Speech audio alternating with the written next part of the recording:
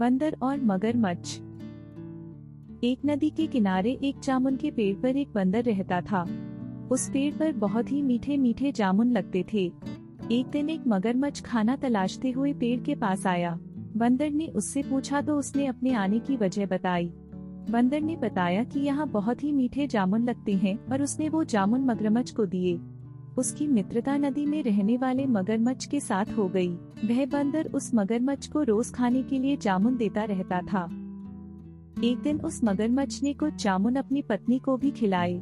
स्वादिष्ट जामुन खाने के बाद उसने ये सोचकर कि रोजाना ऐसे मीठे फल खाने वाले का दिल भी खूब मीठा होगा, उसने अपने पति से कहा कि उसे उस बंदर का दिल चाहिए और वो इसी जिद पर अड़ गई।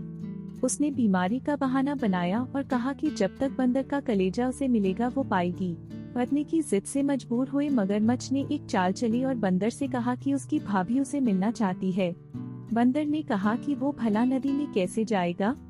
मगरमच्छ ने उपाय सुझाया कि वह उसकी पीठ पर बैठ जाए ताकि सुरक्षित उसके घर पहुंच जाए। बंदर भी अपने मित्र की बात का भरोसा कर पेड़ से नदी में कूदा और उसकी पीठ पर सवार हो गया।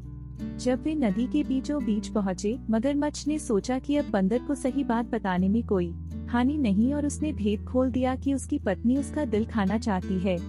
बंदर का दिल टूट गया। उसको धक्का तो लगा लेकिन उसने अपना धैर्य नहीं खोया।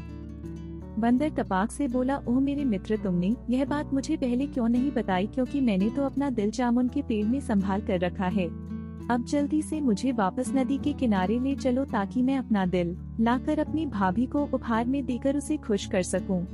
मूर्ख मगरमच्छ बंदर को जैसे ही नदी किनारे लेकर आया, बंदर ने जोर से जामुन के पेड़ पर छलांग लगाई और क्रोध में भरकर बोला, मूर्ख, दिल के बिना भी क्या कोई जिंदा रह सकता है? जा, आज से तेरी मेरी दोस्ती समाप्त।